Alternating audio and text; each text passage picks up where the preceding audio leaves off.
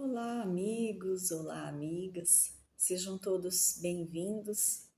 Meu nome é Patrícia Bono e vocês estão no canal Horizonte Espiritual. Olá, vamos dar sequência ao nosso estudo do livro Seara dos Médios, psicografia de Francisco Cândido Xavier pelo Espírito Emmanuel. Estamos há um tempinho, fazendo esse estudo. Devagarzinho, vamos fazendo. Estamos hoje no capítulo 15, mas nós vamos comentar dois capítulos, o 15 e o 16, porque eles se complementam de uma forma que nós podemos fazer as nossas reflexões de uma maneira em conjunto. Bom, antes de iniciarmos o nosso estudo, vamos elevar um pouquinho o nosso pensamento a Jesus, agradecendo por este momento, agradecendo por estarmos aqui imbuídos dessa vontade de aprender, de conhecer do seu Evangelho, de conhecer a doutrina espírita. E que Jesus nos abençoe nesse propósito, nos fortaleça, nos ampare, iluminando o nosso caminho para o estudo, para o aprendizado e principalmente para a prática do seu Evangelho. Bom, então falaremos hoje sobre os capítulos 15 e 16. Capítulo 15 é intitulado Três Atitudes. Então, Emmanuel já começa a conversar conosco, através da psicografia de Francisco Cândido Xavier, nos falando dessas três atitudes. Então, ele vai falar do orgulho, do egoísmo e do bem. Então, ele diz assim: entendendo-se que o egoísmo e o orgulho são qualidades negativas na personalidade mediúnica, obscurecendo a palavra da esfera superior, e compreendendo-se que o bem é condição inalienável para que a mensagem edificante seja transmitida sem mescla, examinemos essas três atitudes em alguns quadros e circunstâncias da vida.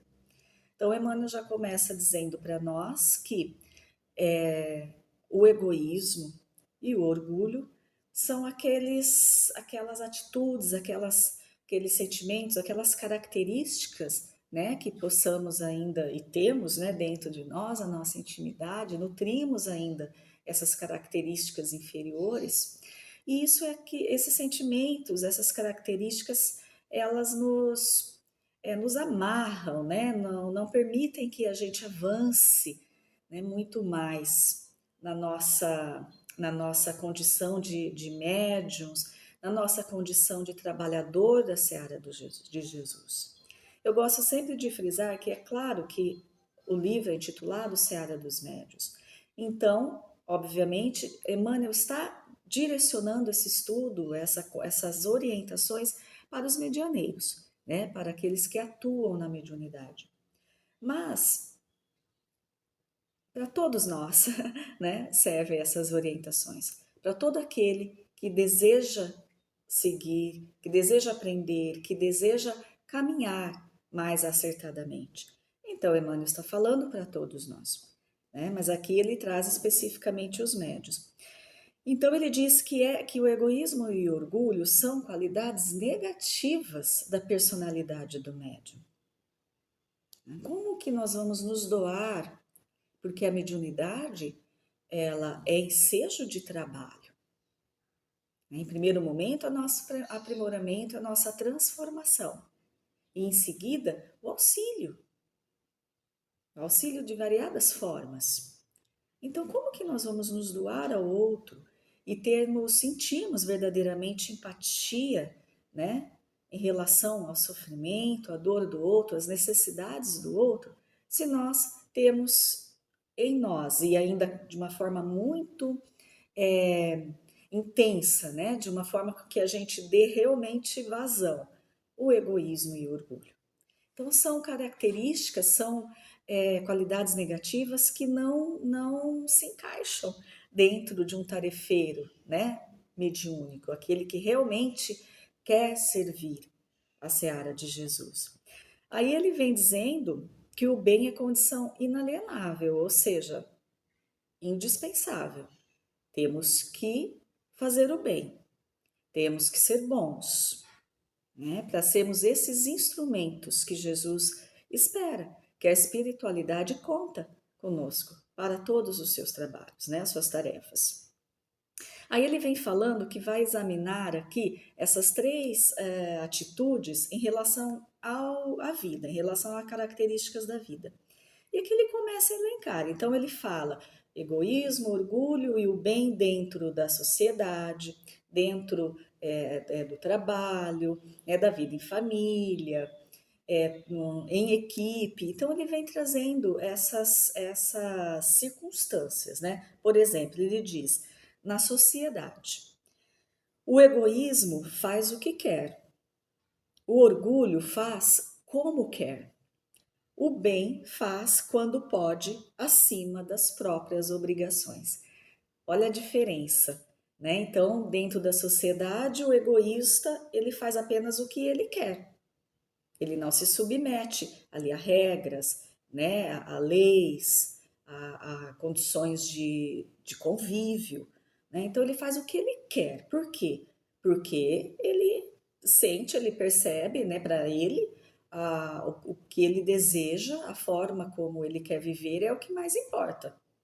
Então, ele é egoísta, não importa a sociedade, não importa as outras pessoas, né? Vamos dar um exemplo muito simples, né? Mas que é extremamente corriqueiro e eu tenho certeza que já aconteceu com todos vocês e em muitos momentos, muitas vezes, e vai continuar acontecendo, né? Estacionamento do mercado. Quantas vezes entramos no estacionamento do mercado para estacionar o nosso carro e fazermos a nossa compra? O que encontramos na vaga? Muitas vezes, um carrinho, dois carrinhos, né? Aí, vamos supor, o mercado está lotado ali e tal. A gente vai estacionar naquela vaga, o que nós temos que fazer? Parar ali rapidinho nosso carro, se for possível, tirar aqueles carrinhos, levar para o lugar certo aqueles carrinhos e aí estacionar o nosso carro, não é? Também não vale tirar daquela vaga e colocar na outra, que tipo, resolvido o meu problema, né? Tirei daquela vaga que eu quero, que eu escolhi, meu problema está resolvido, agora é o outro que vai arcar com esse problema. Olha a atitude do egoísta. Já tem um lugar ali para que a gente guarde o nosso carrinho no final da nossa compra. Então, por que não fazer? Não estamos pensando no outro, que vai ter que tirar o nosso carrinho, que era a tarefa nossa, né? Para que ele possa entrar naquela vaga. Então, esse é um exemplo muito usual, infelizmente, né, do egoísta na sociedade. Aí ele vem falando do orgulho, faz como quer. Exatamente, o que importa é o interesse dele. A forma, se está bem para ele, é desse jeito que vai ser, ele não está se importando. Então, orgulho e egoísmo ali, eles se misturam, né? Se mesclam. Mas o bem faz. Quando pode, né? Também temos nossas limitações, acima das próprias obrigações, ou seja, pensa no outro, pensa na sociedade, né? Pensa naquela convivência que deve ser tranquila e harmoniosa. Cada um fazendo a sua parte, e às vezes, como ele diz aqui, até mais daquilo que seria a sua obrigação, né? Então, por exemplo, vamos falar de novo da vaga do supermercado, do estacionamento. Vamos parar numa vaga que tem um carrinho. A outra do lado também tem um carrinho.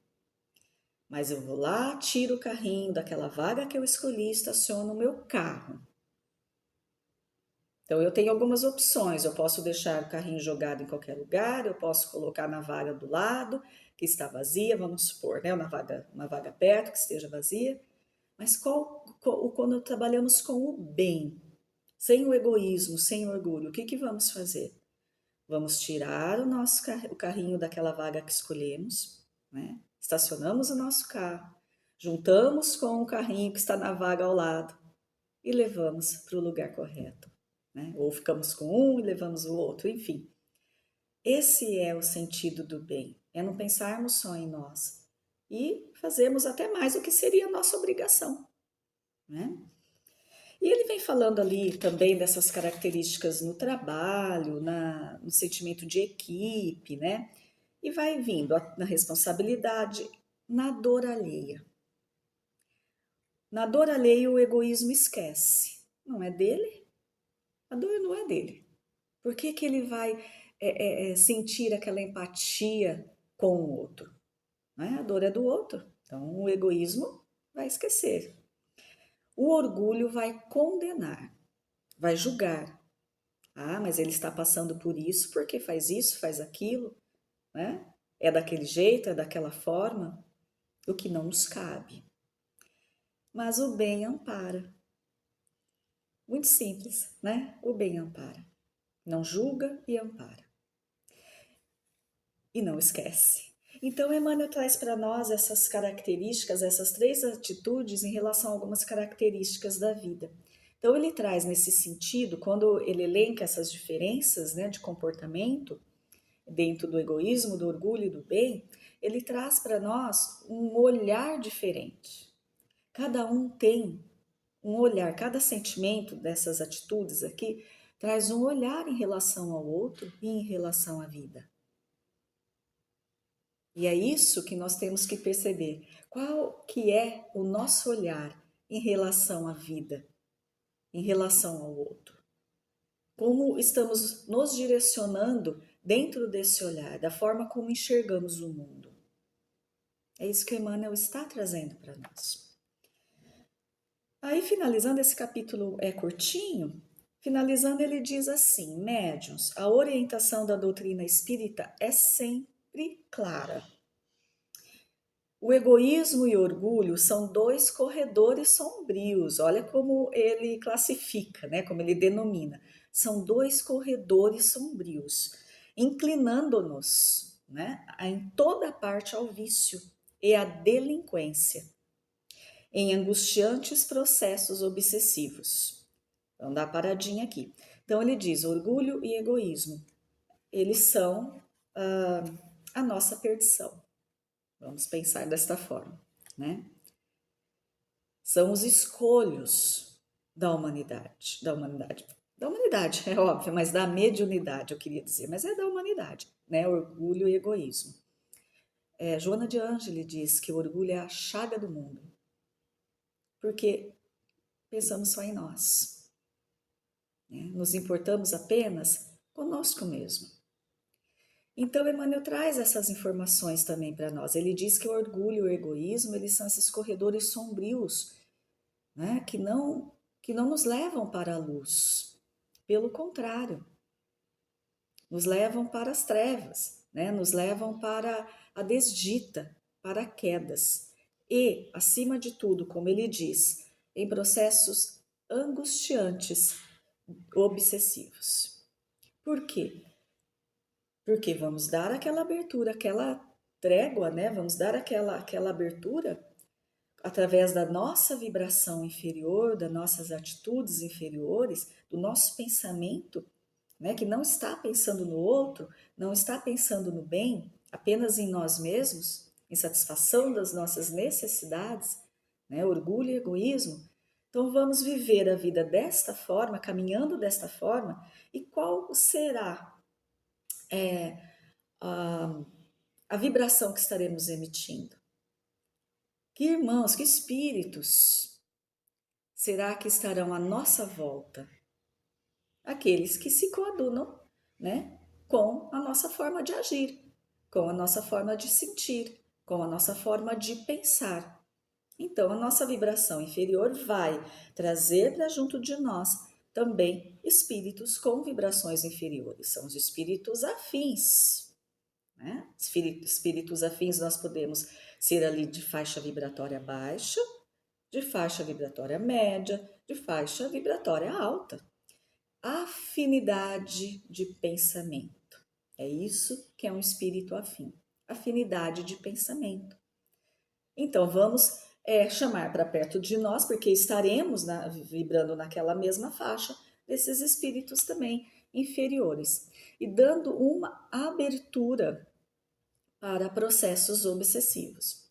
Porque as influências, elas acontecem em quaisquer âmbitos, né, dimensionais, qualquer vibração. Nós somos influenciados sempre e nós influenciamos sempre. Mas, se temos uma influência de um espírito bom, de um espírito superior, não é obsessão, porque eles não atuam desta forma. Eles vão nos intuindo, né, tentando mostrar para nós o caminho bom, a atitude correta, sem nos forçarmos a seguir com eles. Mas um espírito inferior, uma obsessão, já entra nesse âmbito, nesse patamar. É aquilo que vai nos forçando cada vez mais, estimulando aquilo que já é nosso, né? Já é nosso, esse comportamento de orgulho, de egoísmo, já é o que a gente traz. Então eu trago comigo tudo isso, eu penso dessa forma, eu sinto e atuo na vida desta forma.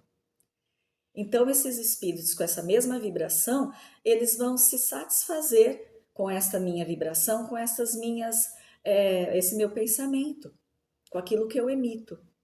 Então, junta com o que eu já sou, com o que eu já nutro dentro de mim, com o que eu já tenho, com o que eu sinto.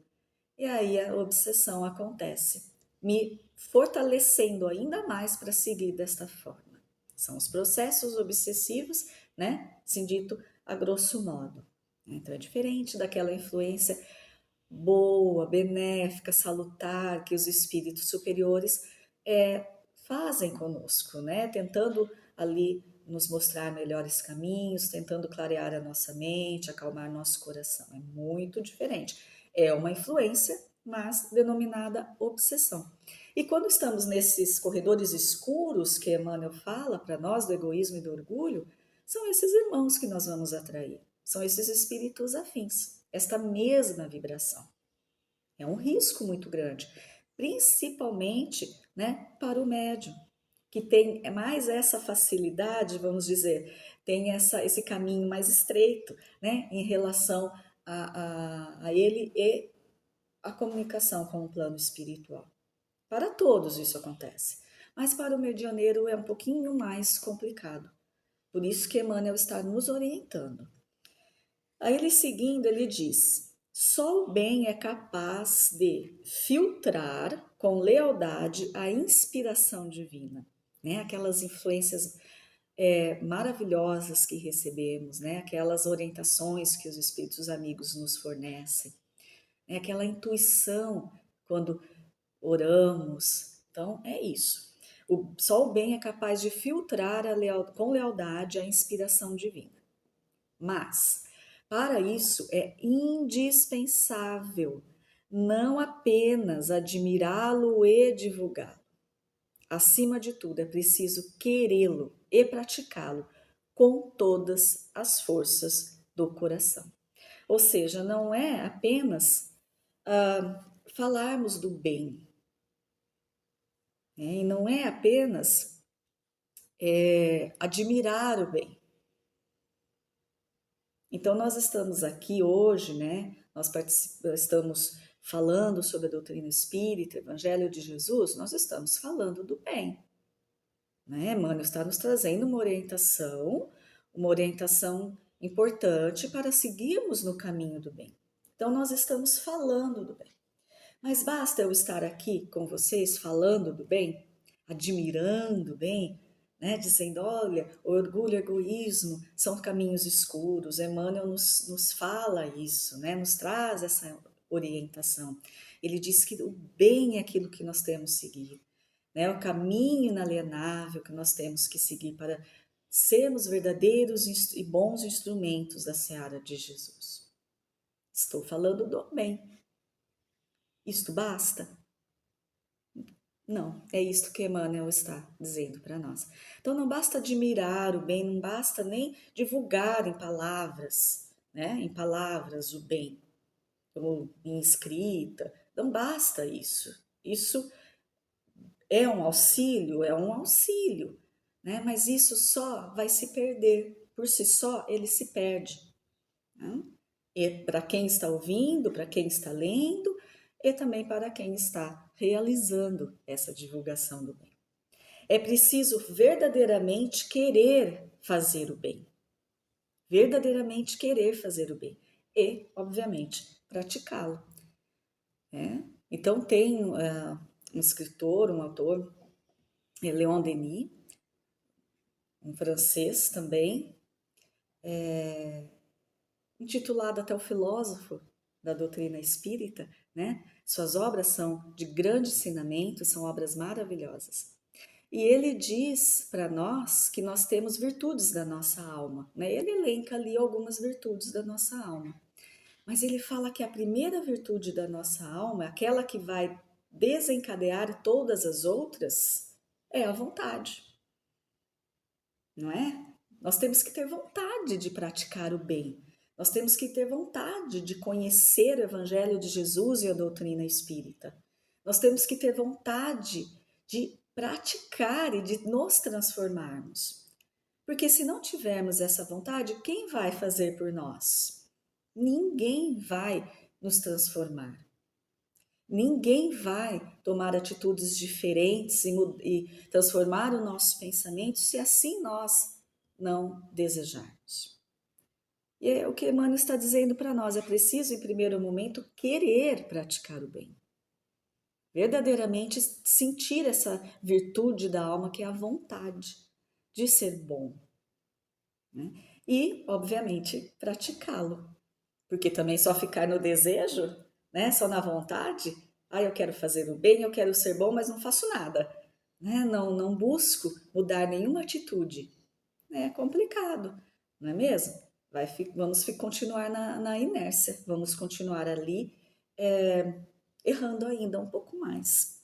Né? Então é isso que Emmanuel traz para nós. Precisamos verdadeiramente querer e praticar o bem com todas as forças do nosso coração. Aí nós temos aqui na questão 642 do Livro dos Espíritos.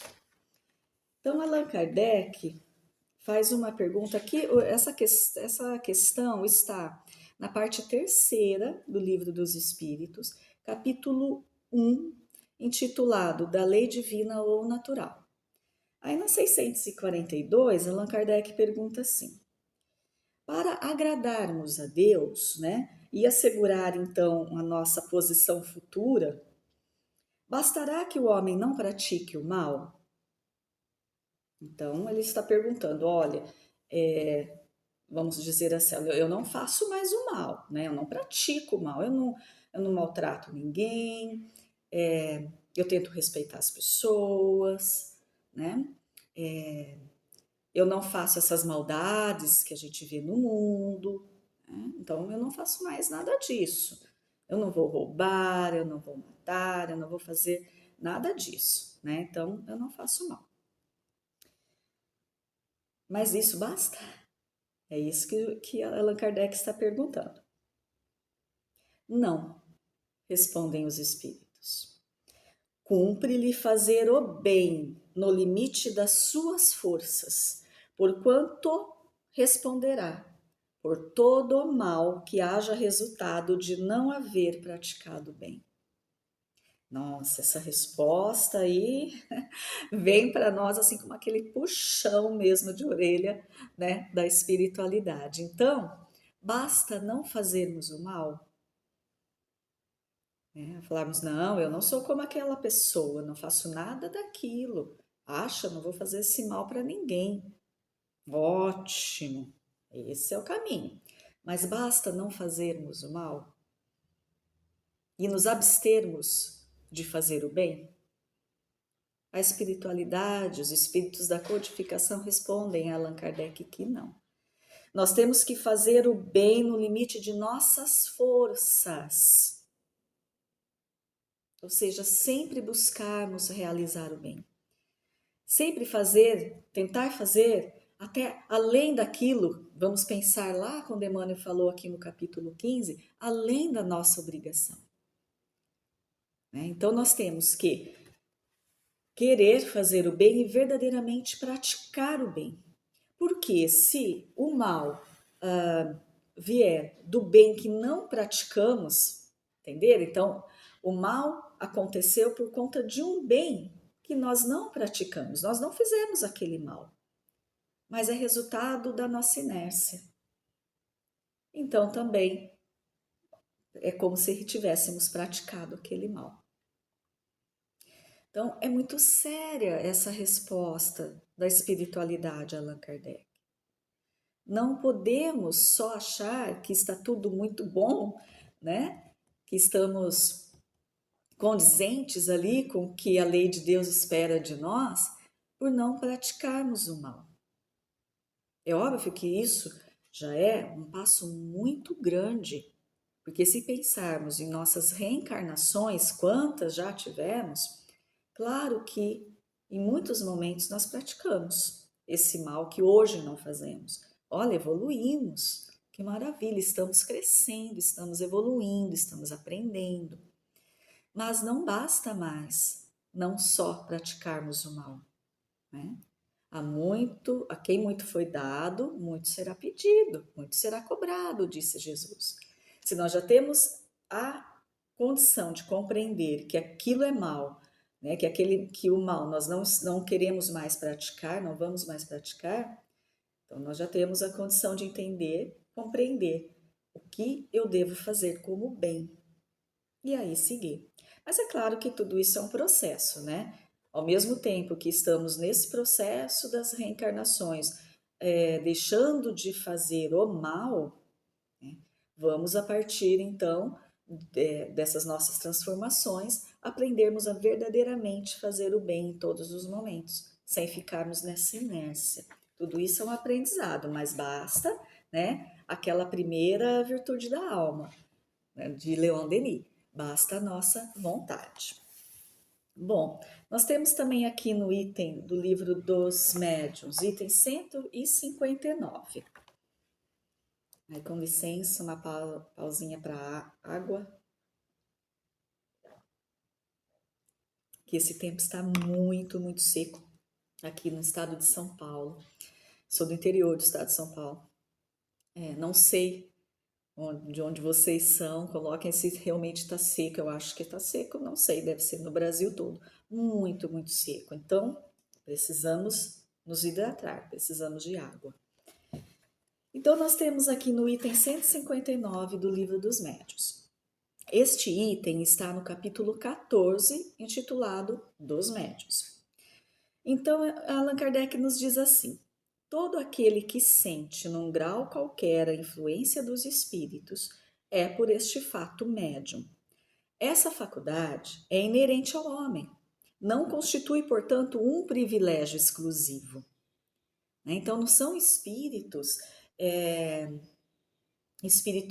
mais amados por Deus que são médiuns, espíritos privilegiados de alguma forma. Não somos. Porque a mediunidade, o que seria mediunidade? Mediunidade, vamos dizer assim, é essa condição de intercâmbio, né, entre o plano físico e o plano espiritual. E esse intercâmbio acontece através do quê? Através da mente. Em todo fenômeno mediúnico, é a mente que está ali direcionando.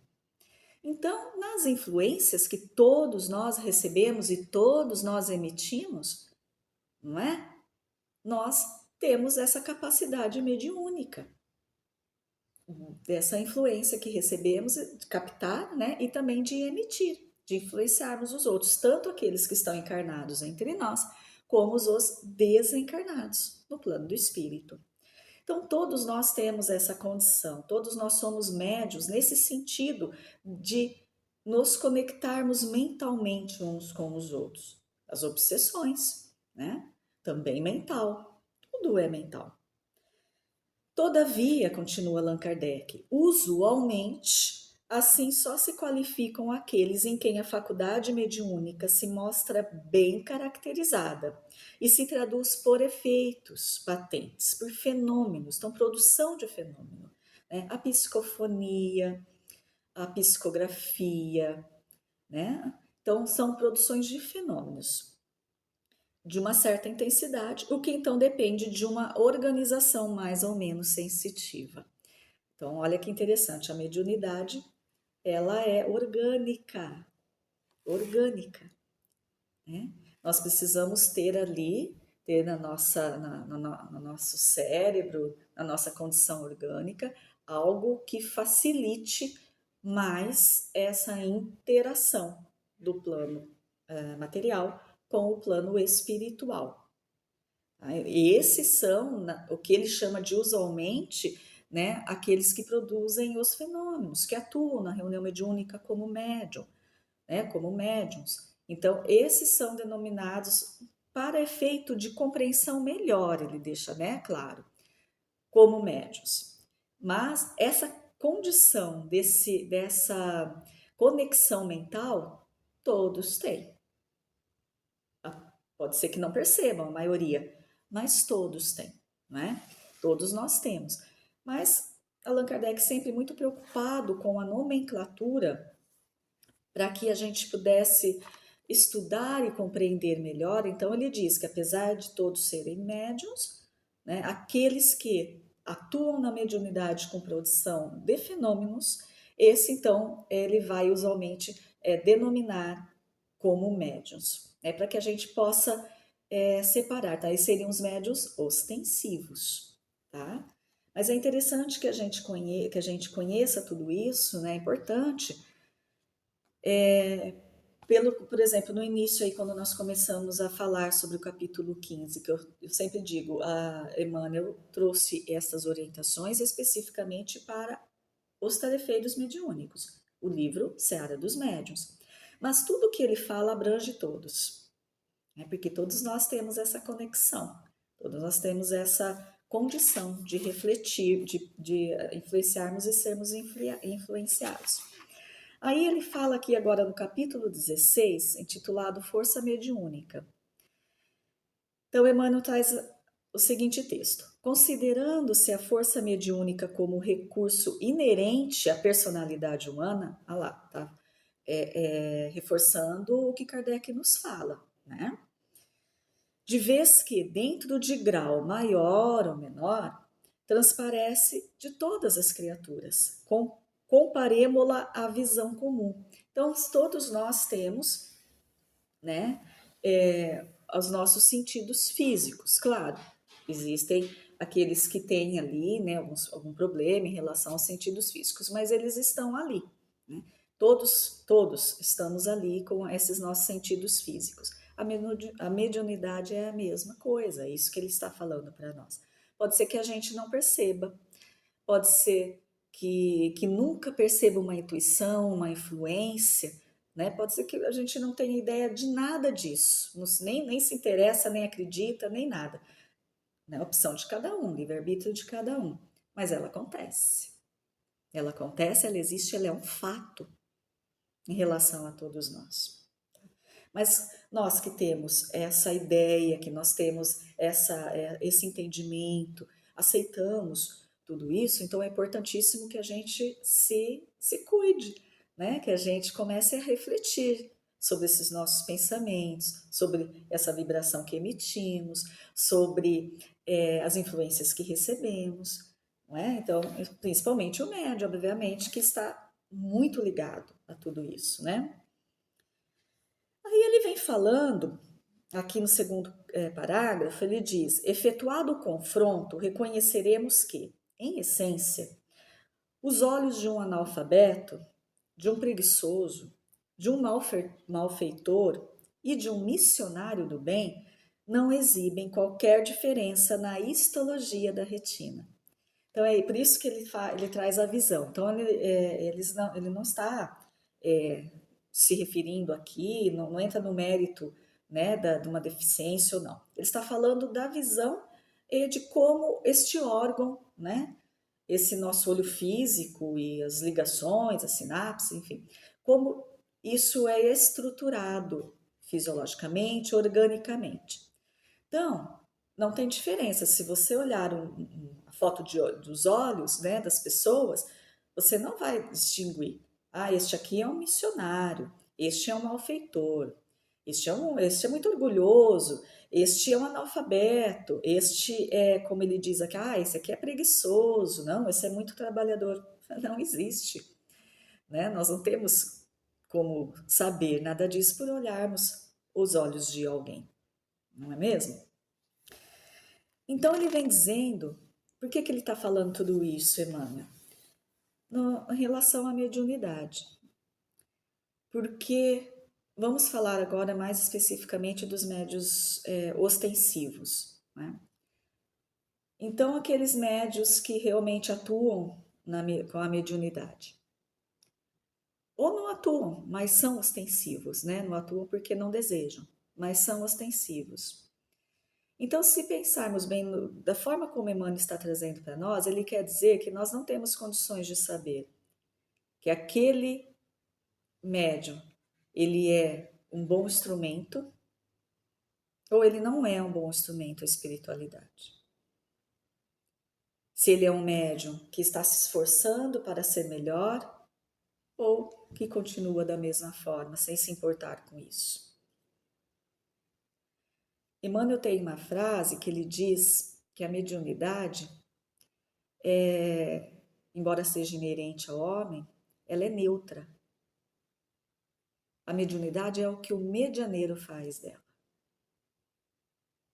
É a mesma coisa se pensarmos no dinheiro.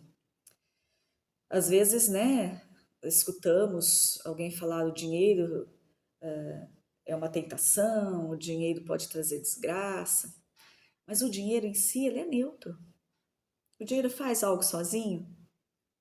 Decide algo? Tem iniciativa, atitude?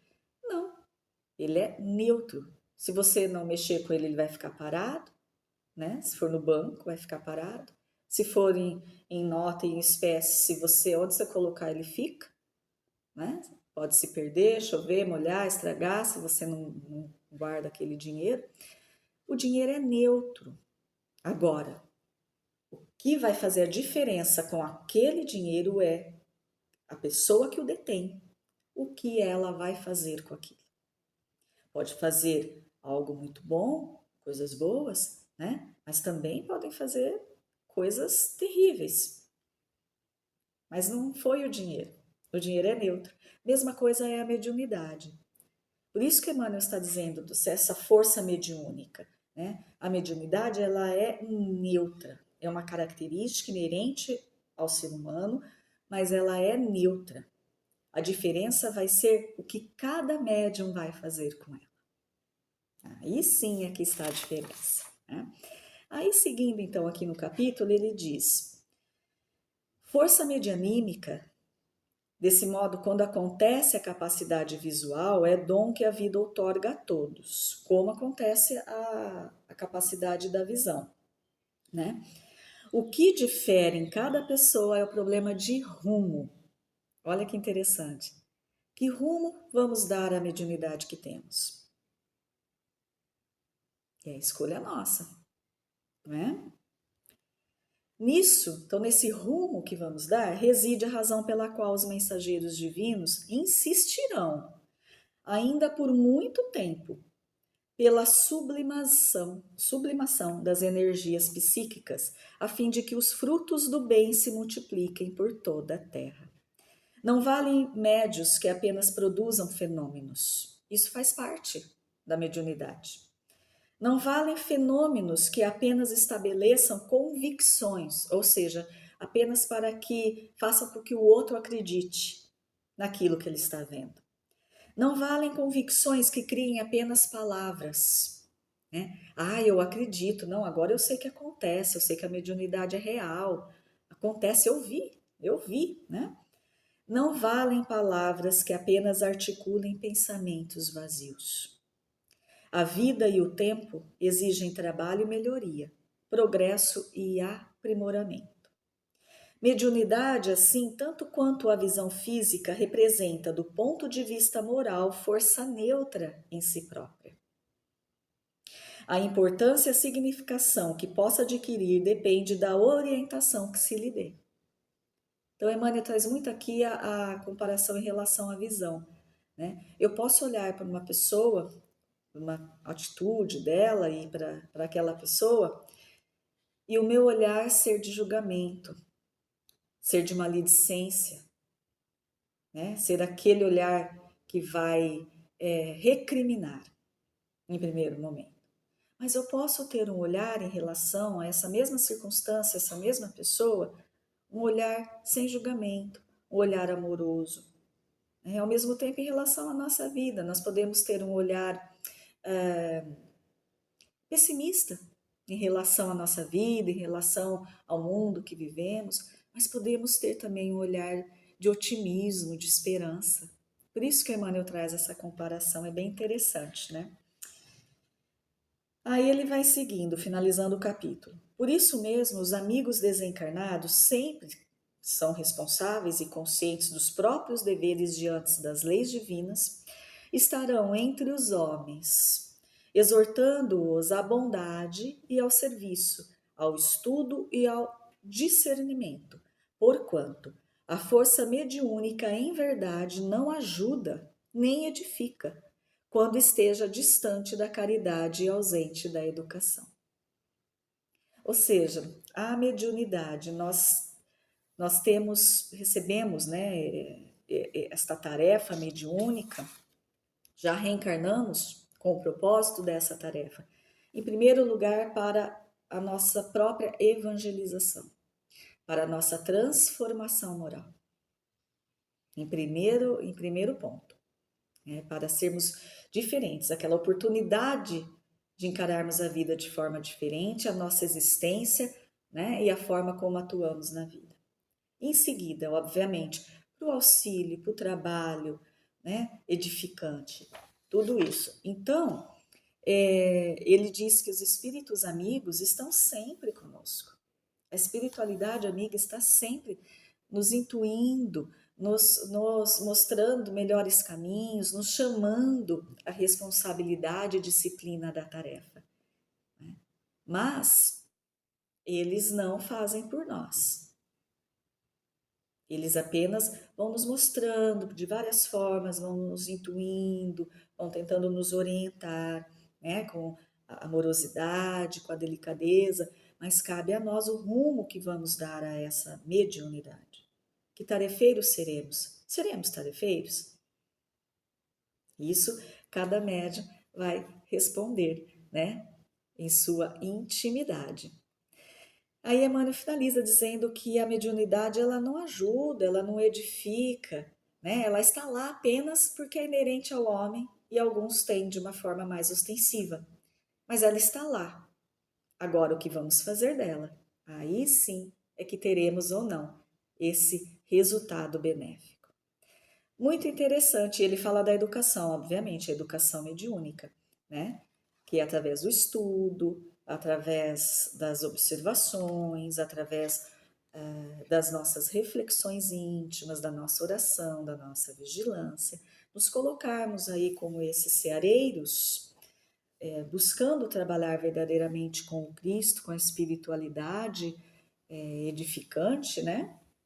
Nos colocando à disposição através dessa nossa busca de melhoria, não perfeição, que ainda não chegamos nisso, um dia chegaremos, mas de melhoria, de conquista moral, de boa vontade, de verdadeiramente sermos úteis instrumentos do Senhor. Então aqui, amigos, nós fizemos análise, né, os nossos comentários em relação aos capítulos 15 e 16 do livro Seara dos Médiuns. E vamos continuando aí, né, nesses nossos encontros. E se vocês gostaram deste vídeo, se interessam pela doutrina espírita, por esse estudo, né, então curtam, compartilha com seus amigos, comentem, vamos dialogar ali dentro dos comentários, né, dos vídeos.